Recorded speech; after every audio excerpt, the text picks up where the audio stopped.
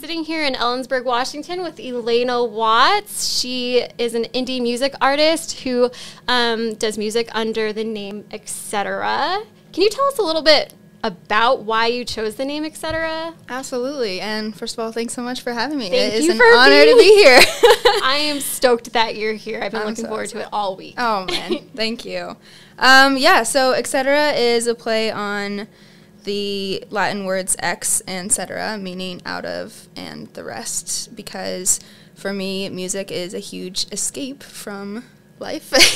And creativity in general is just a way to kind of dive into all the beautiful things that take you out of the mess, out of the stress, and I don't know. That's beautiful. There are a lot of moments of Xetera that aren't just music, and it's kind of like a term that I've come to see just when I see beautiful moments in life. I was like, oh, that's Xetera. That's that moment of, like, Xetera. And I just want my music to feel that way. Okay, you ready? Like, ready. Would you rather borrow someone's hat or someone's socks?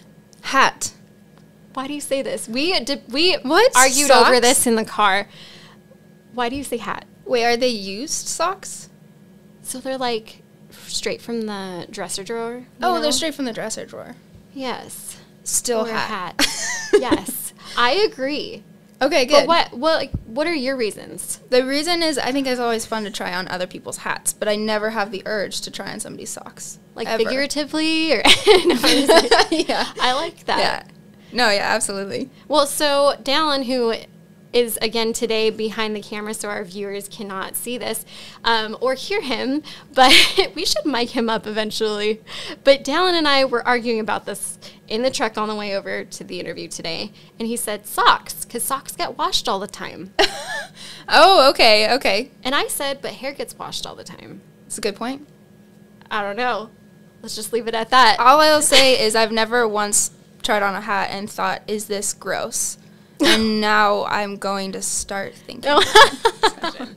What was the first album that you felt inspired you, whether that be emotionally, musically, just what was the first album to like set you on fire? You know, Trench by 21 Pilots, if Yeah. it didn't exist, I don't know if I would be making music, because I was kind of in a season of life where not a lot of things were interesting to me. I was just like in a kind of a dark mental period, and then they came out with Trench, and I kind of knew of 21 Pilots, Yeah. but not to the extent that I did once they came out with Trench, and it was the first time that I realized that albums can tell a story and that there can be like a cohesive message behind it. Until that point, my entire awareness of music was like pop singles. And I know that long-form albums have been out forever, but I just never been introduced to them. And so, I mean, I've been a writer first before I was a musician for 10 years, so I'm a storyteller. And I've always loved music, but it wasn't until Trench existed and I saw 21 Pilots live, I fell in love with music, and then it kind of bridged the divide from storytelling into music, and I realized, like, okay, I'm ready for this new medium. And I would always Don't go we all? to, yeah, I would always go to music to, like, as a stress reliever or something, because we had a piano in the house growing up, so I really liked great. playing it, but I wasn't really making it seriously until 3 years ago, when Trench came out. Shout out to 21 Pilots. Honestly. That's huge. They don't know who I am, but they've been my mentors in this huge music process, yeah. Speaking of... I think it would be so cool to hit some of these famous Seattle places, just because those are the places that I've been to. So it'd be a very full circle moment. You know, I saw this Phineas concert recently at Showbox Soto. There's 2 Showboxes. It's very confusing, but Yeah. anyway. Cool. And I saw him in the window because we were all waiting in line, and I like walked around to the side where the tour buses are, and there was a guy in the window like with the blinds in his green room just chilling. Yeah. And it was me and my brother, and I can't remember who waved first. Either he waved at us or we waved at him, but we were waving at each other, and I was like, is that Phineas? And as he turned around, you could see his profile. I was like, that's Phineas. I was like, oh, I want to be in that room someday. I want to be in that green room getting ready, and I want to look out the window at where we were standing, because that's going to be... That is so cool. I think imposter syndrome is when you are doubting that you're the right person for the opportunities that you have. So when you go to do something new and it requires some level of ability at all, and you're questioning that you're the right person to do it. And it's funny that you were mentioning the TikTok, because actually yesterday, thinking of like, oh man, these people are coming to Ellensburg to interview me, and I'm like, I found myself scrolling my own TikToks, just being like, oh, look at this idiot who thinks she's cool enough to do this type of thing, you know? And it was this imposter syndrome creeping up of like, oh man, maybe I'm not cool enough, or maybe I'm not like serious enough of a musician to have an opportunity like this. But when you talk to other people and recognize that we all experience some of this, I think that helps identify it as a lie. Yes. You know? Absolutely. If that's such a universal experience, and if I can look at you and be like, oh, you're great at what you're doing, you should never feel like an imposter. And then I look at myself and be like, oh, but I should feel like an imposter. It's not logical. So I think it's been super helpful to talk about it a lot, and it's just been definitely something I've grappled with a lot since starting music, because I think, like I said, I've been a writer for 10 years, so there's a lot of confidence or identity that I've started to understand about my writing, where it's like, this makes sense for me. I'm a writer. I get it. Like, I'm sure if I ever get published, I'll have new levels of imposter syndrome on that, but it felt very fake to be suddenly trying this new thing where it's like, for all this time I've been this person, am I allowed to try something new? And when I can look at other people who can do this better than I, do I even have a place in this world or in this sphere, you know?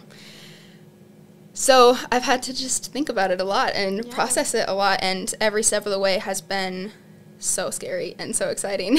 Every new thing that I've tried, like working with other musicians for the first time, doing my first show solo, there's a place, like, and it's still happening, there's a place here in Kittitas County that I'm trying to get a booking at, and they're like a little bit more serious about their music.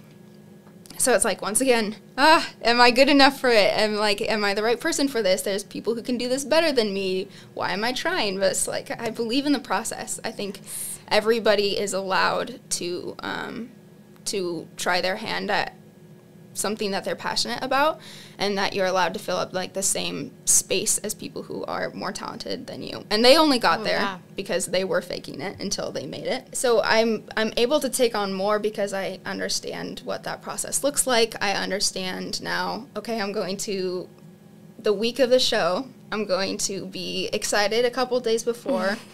The day before, I'm going to start questioning things. The day of, I'm probably going to get into a dark mental place.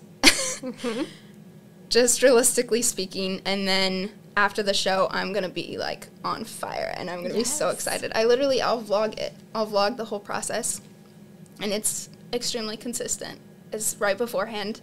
I'm doubting everything. I'm questioning, like, why am I doing this? It's like, I just need to stop this or whatever. And then afterwards, I'll vlog, like, oh, my goodness, I had so much fun. Everyone was so nice. Yes. And all. It's like, man, why do I go through that process? Yeah, it's never as bad as you think. But, you know, I think your answer is so important because so many people face that. So many people go through that cycle, and it's almost, for some people, you know, they say, I thrive under pressure. It's almost like I have to face this cycle, like I need to go through it in order to prepare the amount that I need to prepare to get it done. So I think the thing that I would like people to know is that skill is greater than talent, and we grow up with this idea of, like, we have to be a prodigy and instantly successful and perfect at whatever we try our hands to do. And if we try something that we are interested in and we're bad at it, we need to stop.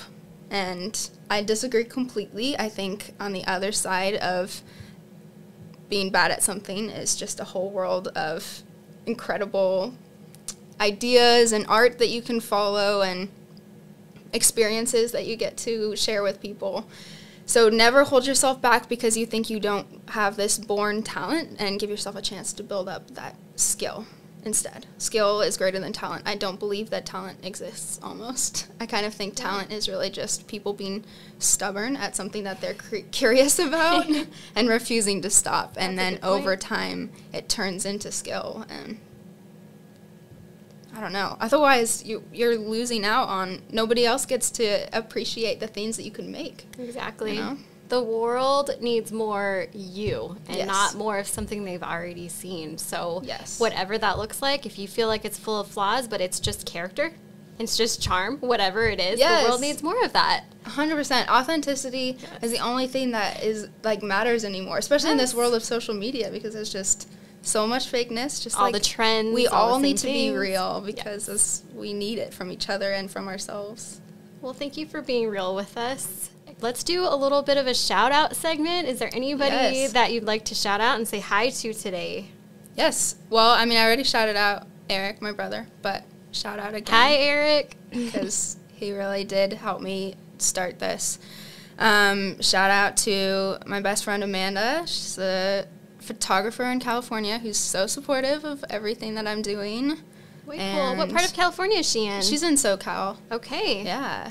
Awesome. Yes, SoCal Amanda. Photography. Yes, she's very good. Amanda Marie Lenz. Ooh, I got you a plug too. So if you need a good photo shoot in SoCal, There you sorry, go. okay. Yes. And then That's exactly yes, what it's for. I think just my family, my so supportive parents and siblings, and my cousins, and just all the people in this beautiful town of Ellensburg where I started doing live music who have showed up to shows. The people who knew me before and decided to be supportive, but also the people who show up at the shows and connect with something and I get to meet them. I don't know, this is too long of a shout-out list, but No, not at all. it makes such a huge difference to be able to share this with other people, so thank you. My chest, there's a ball of string. One end tied to you, and when you walk away, I'm unraveling. And I swore I'd never fall apart, but this unsettling feeling in the back of my